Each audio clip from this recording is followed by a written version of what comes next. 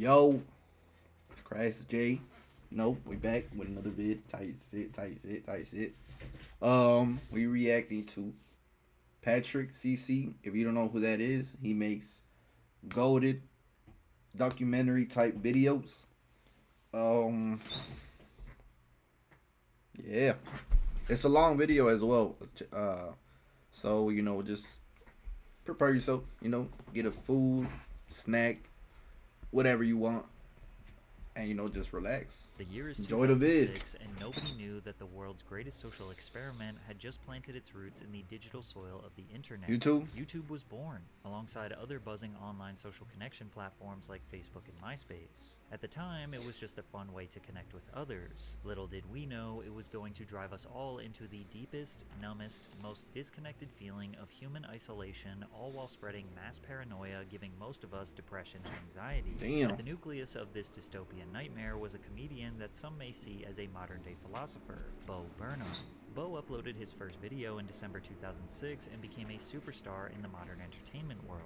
However, his superstardom was built off his eerily self-aware prophecies about the death of society in the form of engagement, surveillance, and distractions that make you feel all fuzzy inside. And while he distracted you with his silly jokes and musical numbers, he also tried to warn all of us about our pending doom. But it was too late. All he could do from there was benefit from the very system he spent his whole life trying to convince you to destroy. And since most if you people can't laughed beat off him, his join him, warnings right? and didn't take them seriously, he realized it would be better to just disappear. Today, he is nowhere to be found. Today, we are going to deep dive into the story of Bo Burnham, the reluctant prophet of the internet age. How do I accomplish what you've accomplished? What's your advice for young people? I'd say, well, you gotta just take a deep breath and give up. The system is rigged against you. Your hard work and talent will not pay off. Bo Burnham's family thought he was gay, so the 16-year-old wrote a song about it and unintentionally infiltrated the internet and comedy landscape. He uploaded the video of him performing the song to YouTube. My whole family now suspects that watching SpongeBob had side effects. But I'm not gay, and that's what I said. If I'm gay, then God strike me dead. That's weird. It's hard to imagine a video like this going viral today.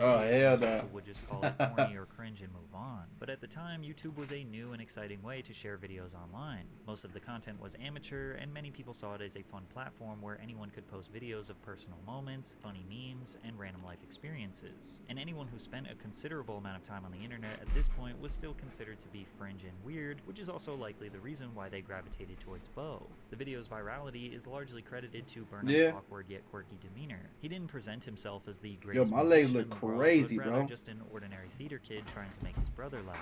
I definitely didn't put it up there as like, this is my ticket out of this town. I had written these songs and I wanted to show them to my brother who's in college. And at the time, YouTube was nothing. No one knew what it was. It was just like another outlet, and I didn't think of it as a career move.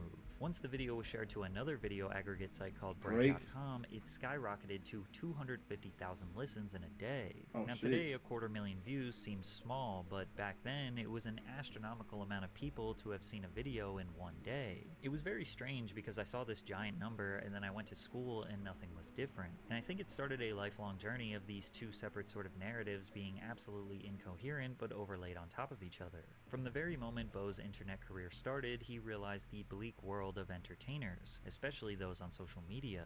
On one hand, they represent an idealized version of human potential, and on the other hand, they possibly don't deserve the attention they receive because, well, they're just another human. The problem then compounds because social media personalities rely on attention to maintain their financial livelihoods. This balance of needing, wanting, and also sometimes not wanting the attention is something Bo struggled with from day one. Despite that, he continued to upload videos of his comedic songs, fostering a cult-like fanbase in the process. All of Burnham's early videos were recorded in and around his family's house in Hamilton, Massachusetts. In his bedroom, Bo couldn't look any more like the average 2007 American teen. Swoopy, Justin Bieber-ish hair, a t-shirt likely bought from Target, or a collar and Fred. I would say more like Fred. Look dressed up. If you know who that is, you know who I'm talking about. Or the classic early 2000s digital electric piano.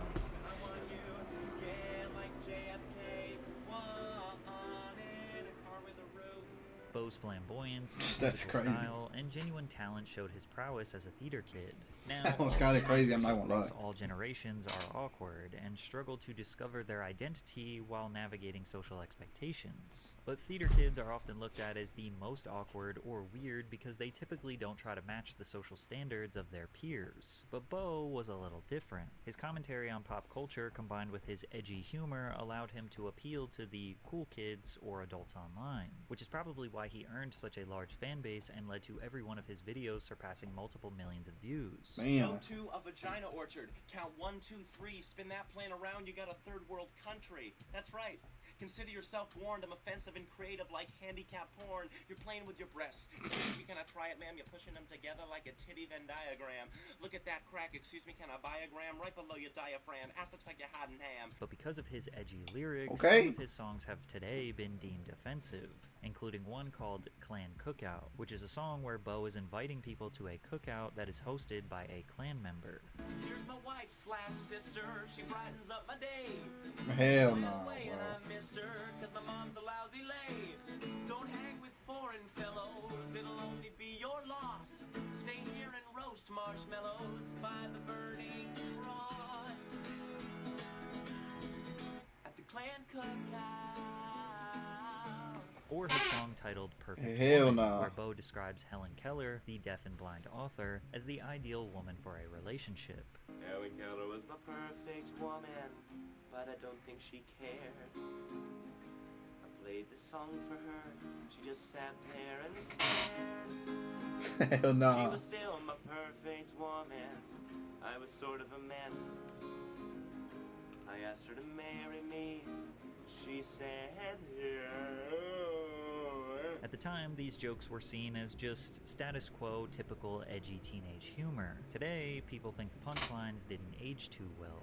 By the time he graduated in 2008, he already secured a Hollywood agent, Douglas Edley, who represented several top-tier Oh, comedians, shit. including Drew Carey and Dave Chappelle. Bo was able to transition quickly from YouTube to live performances and other traditional entertainment opportunities. One of his most memorable was his performance at YouTube Live. Not so much for his song, but rather his mortified reaction to Katy Perry's awkward intro. He's funny, he's filthy, and he's gotten over 20 million views on his YouTube, and he's only 18 years old. Thank God you're 18 at least.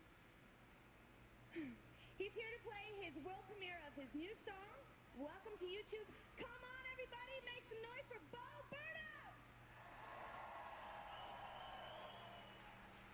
Thank you, Mrs. Perry. Although many consider him a pioneer of YouTube, Bo had his sights set on Hollywood. I always wanted to be a comedian and actor, Burnham explained. I basically stumbled into the music medium, though. Musically, he adds, I'm okay, but that's about it. I like to think I'm good enough not to negatively affect the performance. From there, YouTube Okay. would just become this sort of catalog or landing page where he would return whenever it was time to release new material. Entering 2009, he leveled up his production higher than ever, releasing his first self-titled album. The album mostly included songs that had already been uploaded to his channel. He said, I wanted to show respect for the online community, that I think what pleases you guys, what you guys like, is good enough for any medium. The album received positive reviews from critics and peaked at #1 on Oh, the US comedy. Billboard Comedy Albums chart. Damn. It also entered the US Billboard Independent Albums chart, peaking at #12, and Okay. was later certified gold. Despite seeing much success early on in his career, not everyone were exactly huge fans of his comedy. On March 2nd, 2009, 15 Westminster College I mean, yeah, bro. There's gonna be people that don't fuck with the dark humor type shit. students protested Yeah, his it's always concert people like there that, bro. evening, Nowadays, there's accusing even him more of people like that, homophobic bro. and racist language. Oh, Gay bashing is wrong, which is so ironic because people would, gay bashers would label me, as gay, So I was like the butt of that, and then all of a sudden I'm a gay basher. In 6 months, I completely changed. Who'd have thunk it? Bo continued to defend his jokes. I try and write satire that's well-intentioned, but those intentions have to be hidden. It can't be completely clear, and that's what makes it comedy. This small incident ultimately had no impact on his career. He embarked on his first nationwide tour titled The Fake ID Tour. He booked more televised events like an appearance on Carson Daly's MTV show and NBC's Late Night with Jimmy Fallon, and he even earned a 20-minute Comedy Central stand-up special called Fractions Speak Louder Than Words. words. Because having sex is like quadratic expansion. If it can't be split, then it's time to stop. And having sex is like doing fractions. It's improper for the larger one to be on top. Yeah, having sex is like math homework. I do it best when I'm alone in my bed. And squaring numbers are just like women. If they're under 13, just them in your head. At age 19, Burnham What? began his stand-up routine, Words, Words, Words, Alright, and that one, I don't know about that one, gang.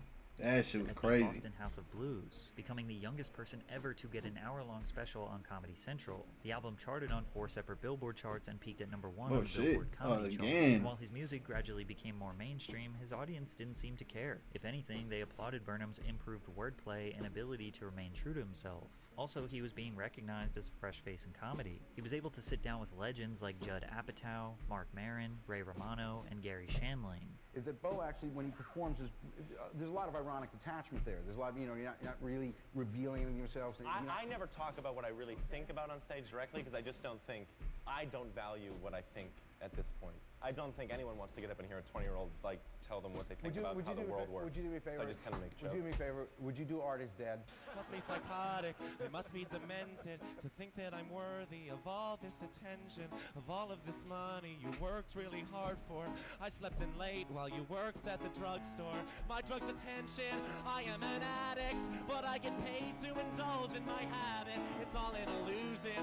I'm wearing makeup, I'm wearing makeup. The song Art Is Dead was way ahead of its time and shockingly profound for the 19-year-old, and in a way he spent the rest of his career continuously rewriting the exact premise of this song. Some comedians are prophetic and extremely introspective and extrospective about the ever-changing society we live in. They almost know too much for their own good, which results in them seeming highly intelligent, which is also ironic because they are constantly telling silly juvenile jokes, or in Bo's case, singing silly songs. Most people still thought Bo at this point was some theater geek who needs to go touch grass. Mark Maron described his song as cute. Art Is Dead is both a confession and a critique, as Burnham wrestles with his role in an industry that is more about profit, ego, and attention than genuine creativity or contribution to society. But because of his Bieber hair and nervous energy, they didn't take him seriously. But the biggest reason why Bo was, and is still successful, is because he truly values the process of developing his act and doesn't rush out new material. In 2010, he explained his mentality. If I don't feel like doing this next month,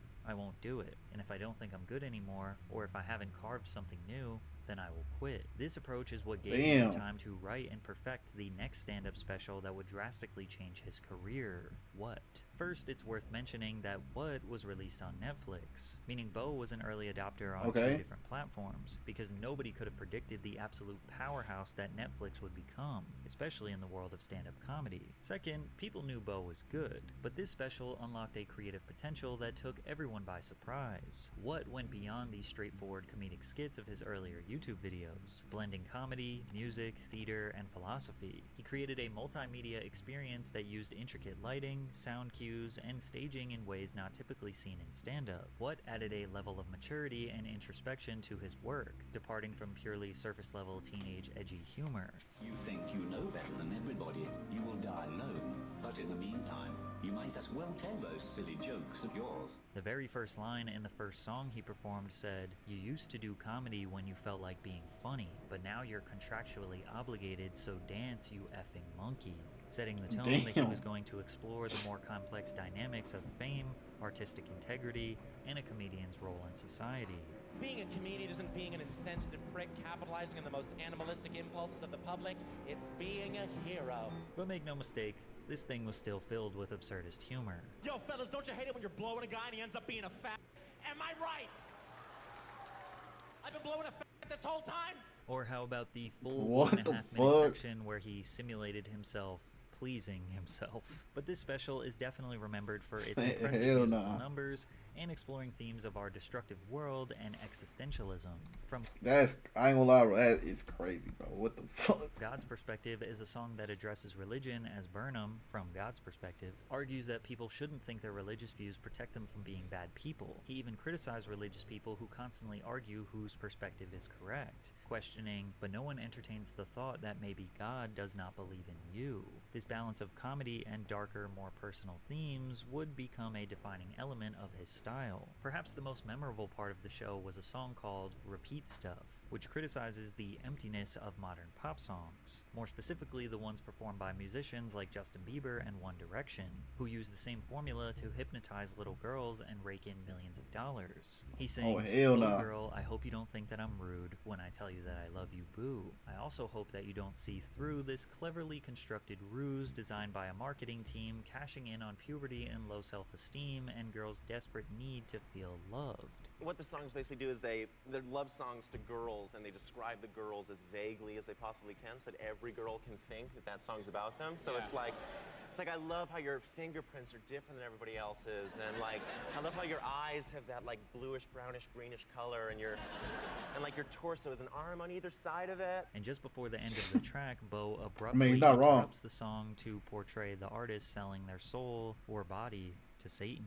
If you're my agent, you might be thinking, oh no, sound the alarms. You're not appealing to little girls who don't have arms, but they can use iTunes, so who needs oh girl, oh hello Satan. Bro. Oh Satan, you taste so good. Repeat stuff, repeat stuff, repeat stuff, repeat stuff. He closes with the Yo, what the fuck was that, bro? Yo, this is more freaky than... Are you sure he did not go to the Diddy party, bro? intense and hauntingly orchestrated musical number, We Think We Know You. In the song, Burnham seems to grapple with the pressure insane. of audience expectations, the struggle to That's stay fucking authentic, insane. and the reality of being placed in a box by his fans and the public. As the song reaches its peak, Burnham stops abruptly, which results in a powerful silence where the audience understands what the song and what the entire special is actually about. We think we know you. We think we know you. We think we know you. We think we know you. We think we know you. We think we know you. We think we know you. This ending tells viewers that more than just a comedy show, this was an exploration of the contradictions of our pretentious society, the dangers of celebrity worship, as well as foreshadowing the deeper existential themes that would characterize Burnham's later work. And at this point, Burnham had stopped creating content solely for YouTube, expressing very clearly why he quit. In 2006, 2007, when I was 16, 17, you guys were 10, whatever, I was convinced, like, and I think most people were like, oh, Oscar-winning movies and shorts and everything will be YouTube videos in 8 years. It has not happened. And the reason it hasn't happened is because 2016? It just sucks. I mean, go on YouTube and look at like a majority of user-generated content. It is god-awful. I know there's some really good stuff, and I know there are probably a lot of people doing good work. They're not getting the most views. The most popular people are, you want to talk about like translated mediums and derivative stuff. It's just like kids talking about other pop culture. It's the Tonight Show posting their own clips on it. This was supposed to be like the medium that bypassed all the corporations and bypassed all this stuff, and it isn't.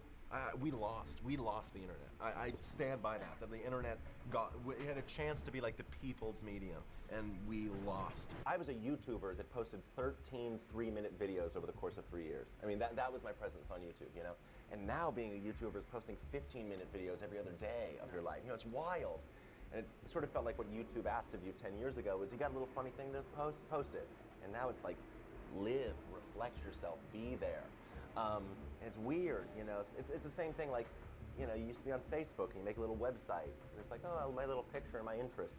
And now it's like Instagram and Twitter. What do you think? What do you look like? What do you think? Those are base, weird, deep questions. However, he did upload this special to YouTube entirely for free, which today sits at over 25 million views. What received overwhelmingly positive reviews and certified him as a mainstream comedian and artist. From there, he unsuccessfully tried to pivot into scripted television. Burnham would be the star of the show. Zach Stone is going to be famous, portraying the protagonist, a teenager who spent the money he was going to use on college tuition to hire a camera crew to document his life at home. The character believed he could manufacture fame for himself by making himself look like the star of a reality show with staged events. Hey, is that Zach Stone?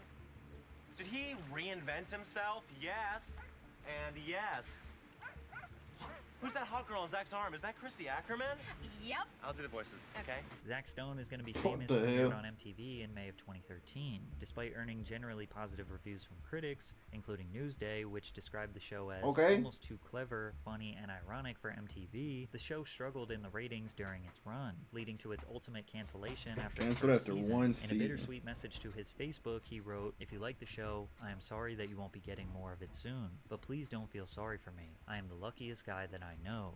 Thank you all so very much. Bo." Aside from his short good stint on the dude. 6-second That is- video sharing app Vine, Burnham would remain out of the public eye. He occasionally I think that's where I seen him from, bro. Cause I recognize his face, but like I'm like, from where though? But from Vine, that's where I remember him posted from. on social media or attended an event here and there, but he spent 3 years working on his songwriting and carefully crafting new theatrical performances, which were on full display in his most successful stand-up special to date, Make Happy. Thematically, Make Happy was nearly the exact same as What, but perhaps slightly less interpretive and more to the point, and it also is probably Bo's funniest special. He remained consistent in his ability to weave together various genres and styles, blending stand-up comedy, musical theater, and performance art in a way that made his show unpredictable. We'll do a racial joke about the white people so you don't feel uncomfortable. White people, we like the same foods. Favorite sandwich, peanut butter and jelly, macaroni and our favorite chips, salt and the... Wow! Who said it? Get the cameras on them. Straight White Male is a song on the problems one faces when cursed with being Caucasian, heterosexual, and male, with the irony being that they don't face as many problems since straight white men have historically caused most of the oppression experienced by women, ethnic minorities, and those a part of the LGBTQ community, among others. We used to have all the money and land, and we still do, but it's not as fun now. I wrote that song because I just think it's so funny, these straight white men that are coming out and like, you know, and these like, most of what I hear are like the men's rights activists and stuff. It's like, it's like the funniest thing in the world where it's like, but affirmative action, what are you talking, it's like, everything else in the world is working in your favor. Everything else. Everything. Literally everything else. Can they have one thing?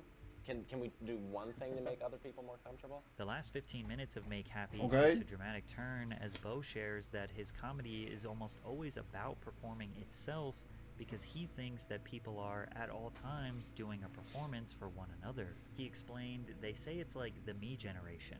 It's not. The arrogance. Me generation. It's taught or it was I don't know what the fuck that It's mean, but self-conscious. That's what it is. It's Shit. conscious of self. Social media, it's just the market's answer to a generation that demanded to perform. So the market said, here, perform everything to each other all the time for no reason. But what I do know is that if you can live your life without an audience, you should do it. He then transitions to a half rant, half auto-tuned song that was inspired by Kanye West, who at the time was on his Yeezus tour taking breaks in songs to talk directly to the audience about issues in his personal life. I told you before I started that I was so arrogant that I thought that I would be able to change my own narrative and outsmart the media eventually.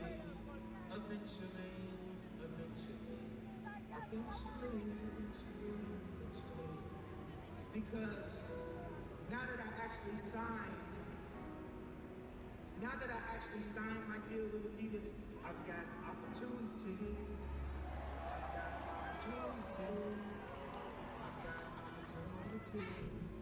this was 2013. The randomness mixed in with seriousness inspired Bo to do a 7-minute rendition of Ye's performance. The first half was about him not being able to fit his hand inside of a Pringles can. I'll say it again, the diameter of Pringle cans is way too small. 2 radiuses of a Pringle can is way too small. If you feel me, put your hands up. Come on. If you feel me, put your hands up. Look at all these hands that are way too big to fit inside a Pringle can. And the second half was a little bit more serious. I don't think that I can handle this right. I don't think that I can handle this right. I don't think that I can handle this right. Look at them, they're just staring at me like, come and watch the skinny kid with a steadily declining mental health. And laugh as he attempts to give you what he cannot give himself. The special ends on a very depressing yet honest note with the song Are You Happy?, where he essentially in song form asks the audience if they loved or hated the performance, but he recognizes it doesn't really matter what they think because he is not happy with himself. He sings the most profound line at the end, "You're everything you hated. Are you happy?" Bo was still that awkward, charismatic theater kid that his YouTube audience loved. However, here, peaking in fame and success, he recognizes he is just another one of those celebrities that he spent so much time making fun of, who will pander, act like he deserves attention, or his art is somehow better or more valuable than anyone else's. And because of that, he will be rewarded with more money and more fame, only continuing to compound the problem. Perhaps one of the reasons why this special ends this way is because he genuinely believed he was not going to continue doing comedy after this special. I don't know, man. I am not lying. Well, it's 2016, okay. I'm saying it's a very good possibility I don't do it anymore after this one comes out in a couple months. There is a real possibility of that. The show is sort of about my anxiety towards performing. I mean, today was fun and we screwed around with the kids and stuff. But you'll see in the special what it kind of is about. Yeah, I like writing. I feel like I'm a writer, so I'd like to continue to write. I'd love to continue to make theater shows maybe for other people, but I might be reaching the end of the line for me. So like more poetry books and stuff like that possibly? Yeah, or writing a show for another person, or like a stage show or musical or something. I'd be more into I'm a little tired of myself. I'm a little tired of writing for myself. I kind of want to collaborate a little bit. There's only so much I can do, and so much of what I write is limited by my ability. Like, I'm not a great singer or anything. It'd be so great to write for someone who can really belt. Although Bo's outlook here might seem a bit overly self-critical, his material and creative direction for both of his specials were almost exactly the same. The only things that felt new were the silly and stupid jokes, which don't really mean all that much. However, his societal critiques, his life as a straight white male, or his love-hate dynamic for performing summarizes his entire act. Since he became famous at a young age, he didn't have much time to be normal. He knows being a celebrity is unrelatable to comedy fans, and typically the more famous a comic gets, the less relatable they become, which negatively impacts their jokes. But another huge reason why Bo was not going to continue to do comedy was because his anxiety was so bad to the point where he felt physically debilitated on stage, backstage, or even just doing ordinary tasks. Well, it was so constant that I didn't think it could have been. It was every day, which actually probably should have pointed to anxiety. But and then it really, when I was 23, I had my first panic attack on stage, and that was like, oh shit. How did the show continue? It continued. I've had You pushed through it. Yeah, I've had about 10 on stage. Damn. I have a script that I have to keep to, so I have this inner monologue freaking out, and then I'm having to perform. But you found that you're able to still perform the script while having a somewhat out-of-body experience. That's crazy, bro. But it was like I'd be a little out of breath, so I'd be the entire show for 20 minutes would be existing on the inhale kind of. It was definitely. You know what, bro? I've had those before, bro. It was I would say the first year I had, bro, in college. This is my second year. No. This is my second year, bro. This is my second year in college. Second month. It's still my first year. Next year will be my second year. But I would say my second semester in college, in my first semester, bro, I was tripping like crazy, bro. I'm over here, I remember just having a panic attack in my in a car, because back then, first semester I didn't drive at all, bro. I didn't have a license, so I didn't drive. Bro, I remember just being in the car, just what am I gonna do? What am I gonna do? Bro, that shit was terrible, bro. But hey, bro, just slowing down the breathing, controlling myself. Hey, I got through that shit. I have not had one ever since, bro. Thankfully. Work. It seemed like no matter what Burnham did, he could not subside his anxiousness, and performing just made it worse. It's very literal. I cannot handle performing in front of you people. It gives me panic attacks. I want to stop. And I did. And so it was decided. Bo Burnham was done performing live on stage. Instead, he wrote and directed his first feature film, Oh, 8th shit. Grade, which was produced and distributed by A24 before premiering at the Sundance Film Festival in January of 2018. 8th Grade follows 13-year-old Kayla Day during her final week of middle school. Shy and socially awkward, Kayla struggles with anxiety and self-confidence while navigating the pressures of adolescence, social media, and the desire to fit in. Despite her timid nature in real life, Kayla posts motivational YouTube videos, giving advice that she struggles to follow herself. Even though this film is not an autobiography, Okay. it feels heavily rooted in Bo's own experience as a young person trying to navigate this hyper-connected world. I had felt like my anxiety for a long time was like very specific to me being a 25-year-old comedian with like an audience. And then I would like do my shows and like young kids would come up to me and say they felt like me and they felt like they knew what I was going through. Even what I was talking about was like being on stage in front of thousands of people. I'm like, why is this resonating with you?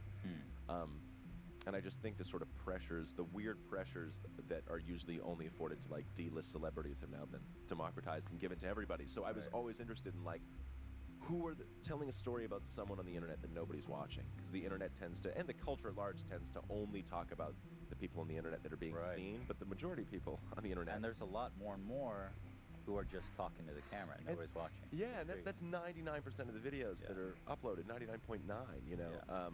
And the only thing we talk about is like people that go viral. And as someone that went viral, it's really not that interesting. 8th Grade garnered a 99% approval rating on Rotten Tomatoes and holds an average rating of 85 out of 100 on Metacritic. Oh, shit. Burnham won the Directors Guild of America Award for Outstanding First Time Feature and the Writers Guild of America Award for Best Original Screenplay. It was also during the marketing and promotion of this film that Bo did the most press he has ever done, participating in various interviews and podcasts. We finally got to hear Bo speak at length and realize just how prophetic, introspective, and thought-provoking he was, without him trying to be funny. And also the political problem for me, if I've identified it, is the volume of noise.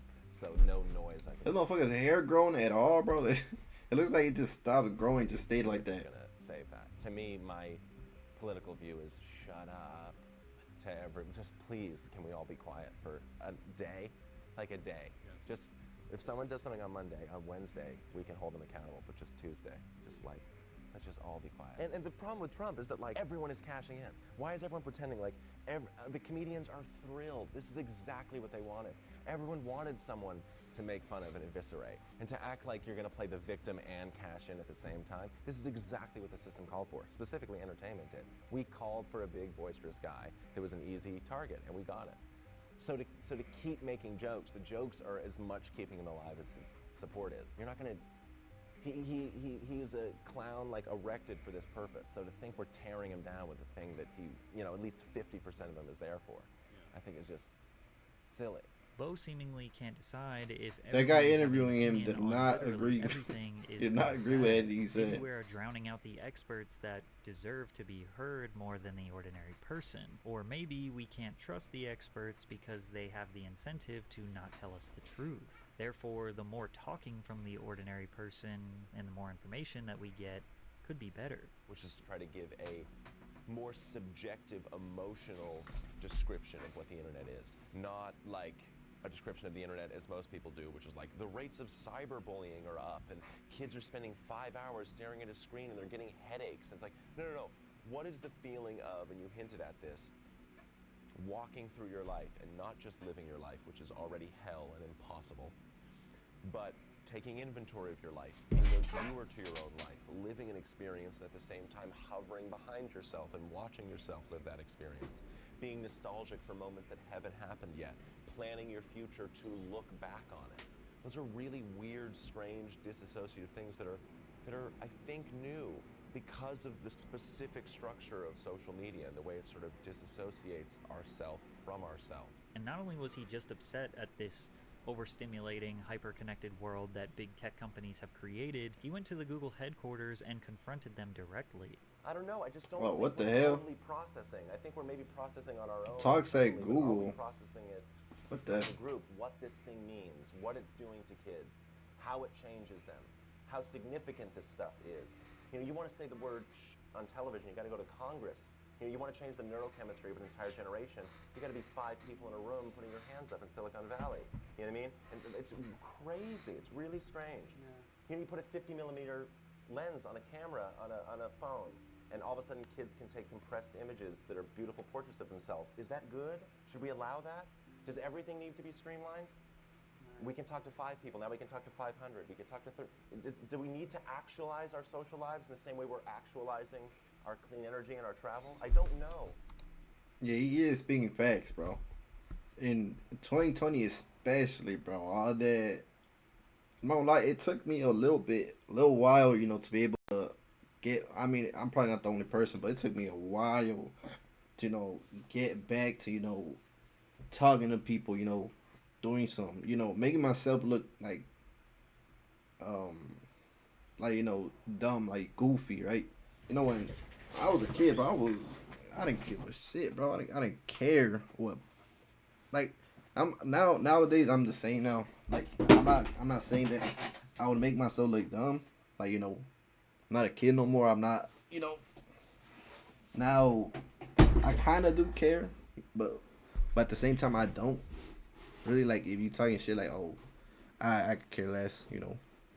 But yeah, bro. You know, I just worry we're gonna look back. In 2020, it was low-key a difficult, or 2021, when, you know, everyone started going back outside. Shrink had a Twitter.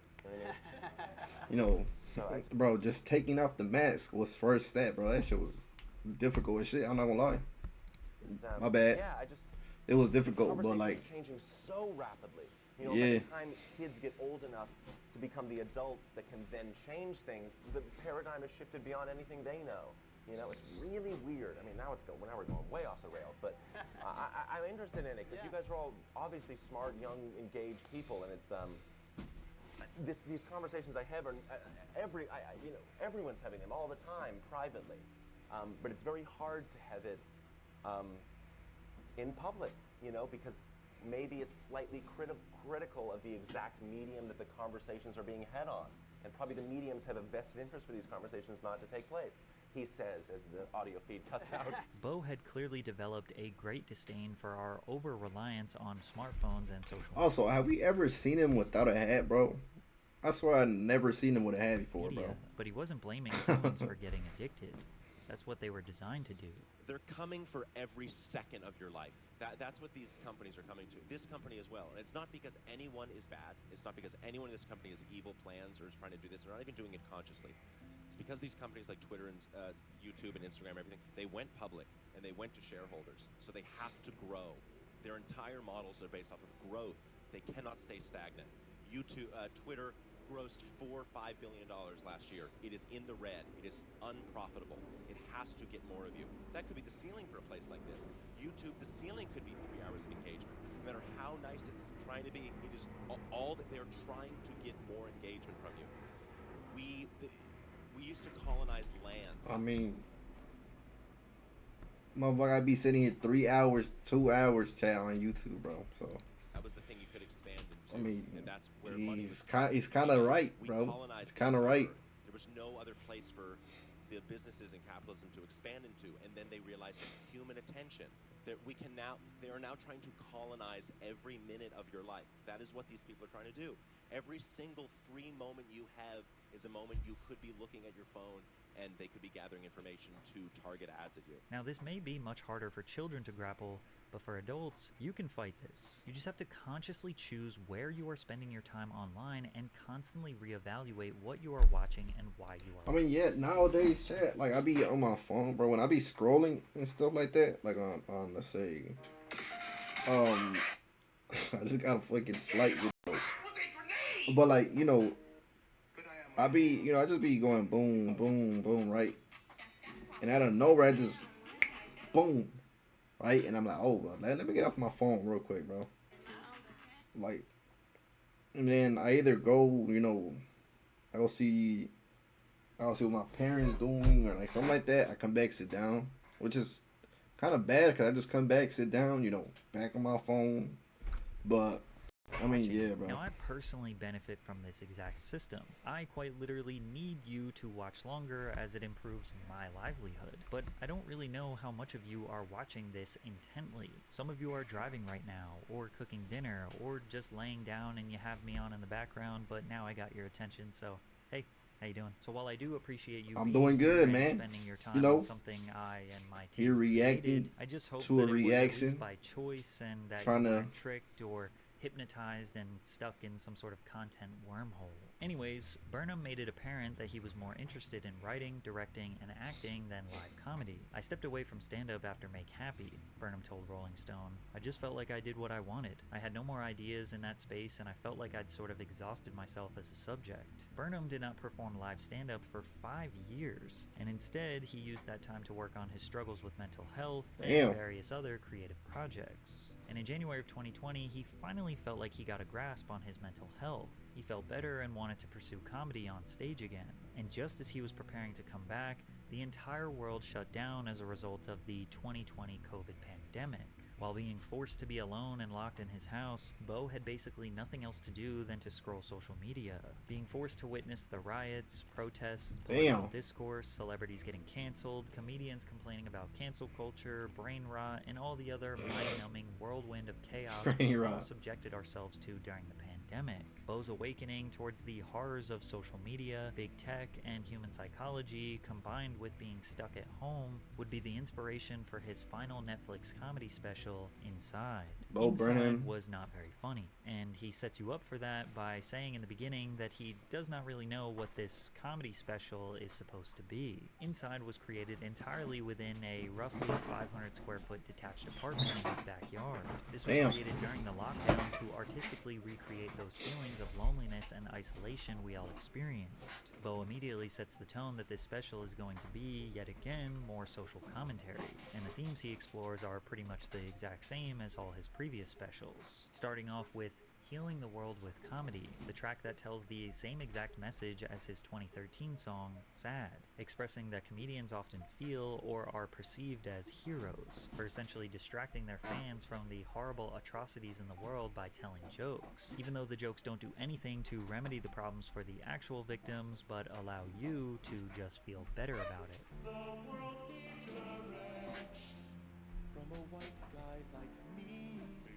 Additionally, Bo sings about wanting to help, but also still wanting to be the center of attention, which is critical of the celebrities and really anyone on social media who feels the need to share or post a video of them doing some sort of good deed. The difference between Bo's approach in Inside versus previously is that this song is not funny.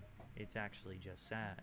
Like, I did not feel good watching this. You know, this is not a feel-good special. This is not a feel-great special. Then Bo busts out Sako, a sock puppet, for the song How the World Works, to what you think is going to be some cheesy, corny children's song about sunshine, lollipops, and rainbows. The tempo and structure of the instrumental is straight out of a Muppets cartoon.